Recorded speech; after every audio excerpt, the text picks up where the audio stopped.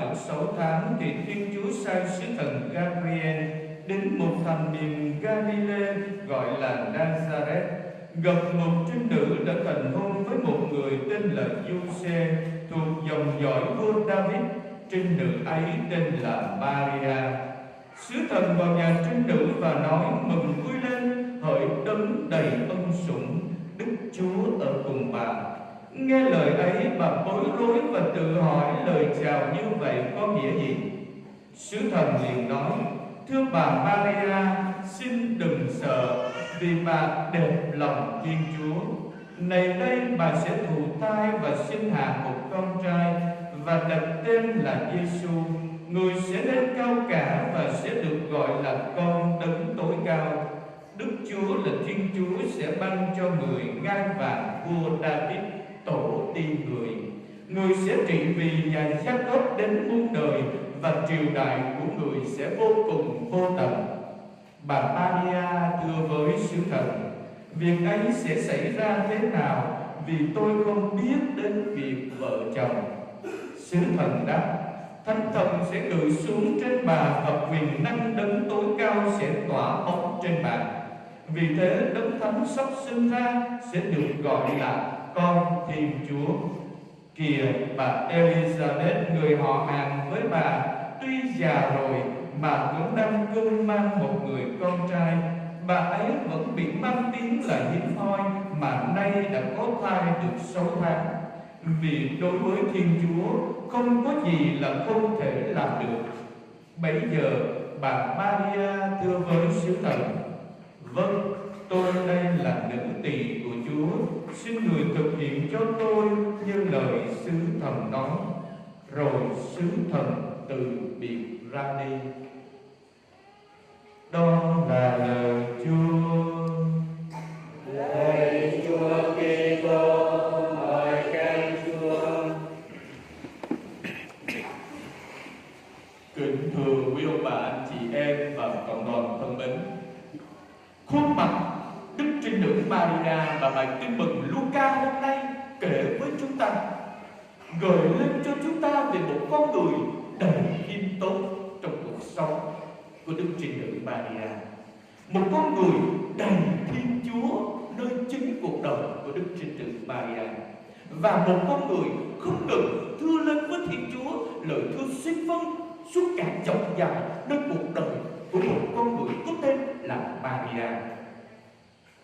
Chúng ta thấy tin mừng Luca thuật lại với chúng ta về một người phụ nữ có tên là Maria, sống một cuộc sống đầy khiêm tốn nơi chính cuộc đời của mình. Nó không phải chỉ ở bên ngoài mà ngay tận thâm sâu của cõi lòng Đức Trinh Nữ Maria. Sự khiêm tốn của Đức Maria được thể hiện thứ nhất chúng ta thấy nơi bài tin mừng này. Đó là mẹ là một người phụ nữ sinh ra tại làng quê nghèo Nazareth, một làng quê vô danh tiếng tốt, chẳng ai biết.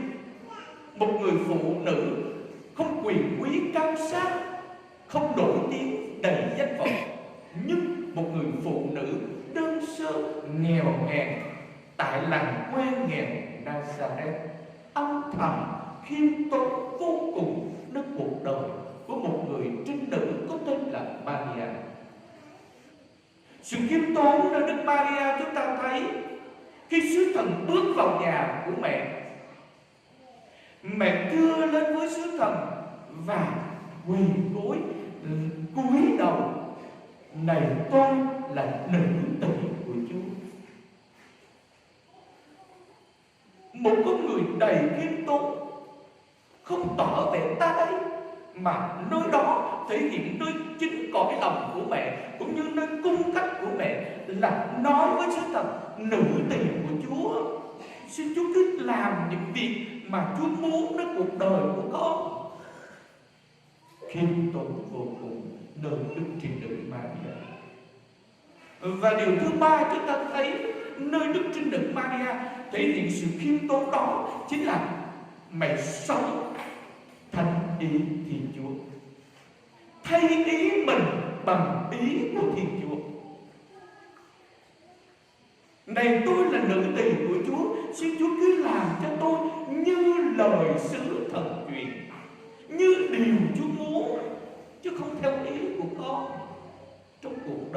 mẹ là như thế. Và cuối cùng chúng ta thấy sự khiêm tốn của Đức Maria được thể hiện nơi sự tín thác, cậy trông, yêu mến và tín trung với con chí ái của mẹ là Chúa Giêsu. Nơi làm quê nghèo 30 năm, mẹ chăm sóc và không ngừng lo lắng cho người con của mình là Chúa Giêsu. Mẹ trung tín bước lên ngọn đồi Golgotha để cùng với con của mình chứng kiến cái chết của con của mình trên thập giá. Dưới chân thập giá, mẹ chỉ biết cúi đầu xin vâng và tin trung cho đến cùng. Thế đây, thưa quý ông bà, anh chị em và cộng đoàn thân mến, sự khiêm tốn của Đức Maria nó động lại nơi việc Thiên Chúa thể hiện một ơn nhưng không, và trở thành một người phụ nữ diễm phúc trên trần gian này nhất nơi cuộc đời của Đức Trinh Nữ Maria. Sự khiêm tốn của mẹ đã trở thành một người phụ nữ diễm phúc nhất trên trần gian này, được Thiên Chúa đến và ở cùng. Không phải chỉ ở bên ngoài, mà chính nơi cõi lòng của mẹ, chính nơi cung lòng của mẹ. Và Thiên Chúa ở với mẹ 9 tháng 10 ngày.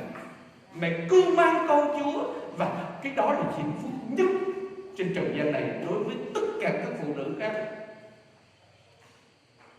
Quả là tuyệt vời, quả là mầu nhiệm, quả là một ân sủng. Nhưng không, Chúa ban cho Đức Trinh Nữ Maria một con người sống khiêm tốn và không cùng thưa lên với Thiên Chúa lời thưa xin vâng. Kính thưa quý ông bà, chị em và cộng đồng thân mến, hôm nay mẹ mời gọi mỗi người trong chúng ta. Trong những ngày sắp tới, chúng ta đón nhận con Chúa đến trần gian này. Chúng ta mừng đại lễ Giáng sinh. Vậy thì chúng ta sẽ sống tâm linh của mẹ ra sao trong những ngày sắp đến đại lễ Giáng sinh này? Sống sự khiêm tốn nên chính cuộc đời của chúng ta qua hình ảnh Đức Trinh Nữ Maria mời gọi chúng ta sống. Thứ nhất, đó là hãy khiêm tốn nhận ra những giới hạn nơi chính cuộc sống của chúng ta, những thiếu sót nơi cuộc sống của chúng ta, những bế tắc nơi cuộc sống của chúng ta. Khi chúng ta dám nhận ra những thiếu sót, những bất xứng, những bế tắc mà chỉ có Thiên Chúa mới có thể giúp chúng ta giải ra những bế tắc đó, thì lúc bây giờ chúng ta mới có thể cảm nhận được sự khiêm tốn của Đức Maria trong cuộc đời của mình. Nó tuyệt vời biết là gì nào. Mẹ bế tắc lắm chứ, mẹ đầy bế tắc, nhưng mẹ một lòng tín thác, mẹ một lòng trao hết cho Thiên Chúa, để cho Thiên Chúa gỡ, để cho Thiên Chúa nâng đỡ, để cho Thiên Chúa giải quyết, chẳng cậy dựa vào mình. Vậy thì điều thứ nhất Chúa mời gọi chúng ta sống là đừng bao giờ cậy dựa vào sức riêng của mình, mà hãy trao hết cuộc sống của chúng ta, trao hết gia đình của chúng ta trong bàn tay yêu thương của Chúa. Sự tín thác đó chắc chắn chúng ta sẽ được ơn Chúa ban. Điều quan trọng là mình có tín trung đủ và tín thác đủ nơi tình yêu mà Chúa dành cho chúng ta hay không. Điều thứ hai, Chúa mời gọi chúng ta sống sự khiêm tốn giống như mẹ. Đó là biết bỏ ý riêng của mình, đón nhận thánh ý Thiên Chúa trong cuộc sống của chúng ta, nơi gia đình của chúng ta. Những kình cãi, những hơn thua, những đường mắc giữa vợ với chồng, giữa cha mẹ với con cái là bởi vì chúng ta không đủ khiêm tốn để bỏ ý riêng của chúng ta, chứ không có gì cả. Ai cũng cho mình đúng hết, ai cũng cho mình là không sai. Chỉ có người vợ tôi sai, chỉ có người chồng tôi sai, chỉ có các con của tôi sai, chứ tôi không sai.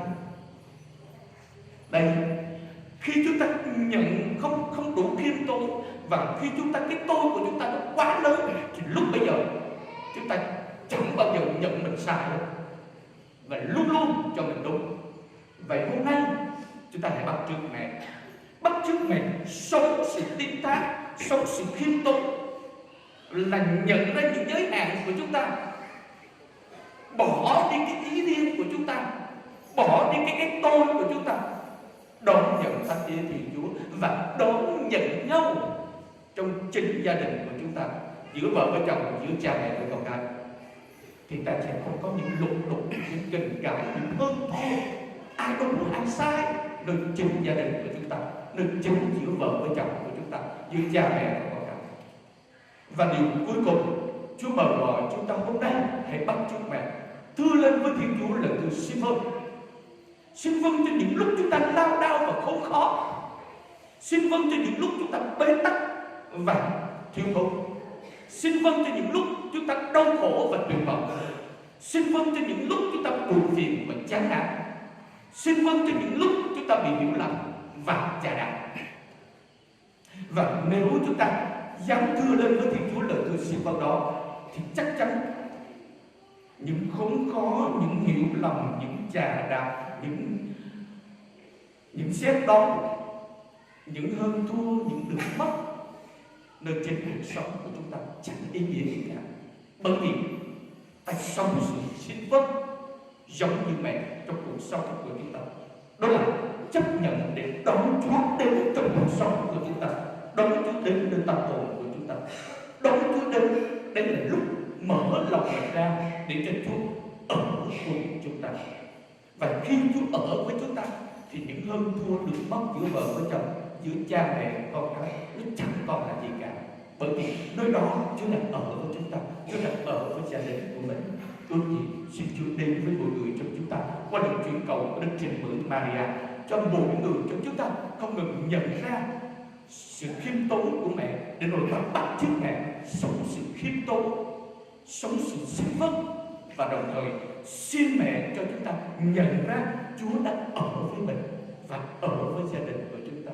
Khi ta nhận ra được Chúa ở với mình và ở với gia đình của mình, thì chắc chắn gia đình của chúng ta sẽ tràn đầy niềm vui, hạnh phúc và đặc biệt luôn là ơn Chúa.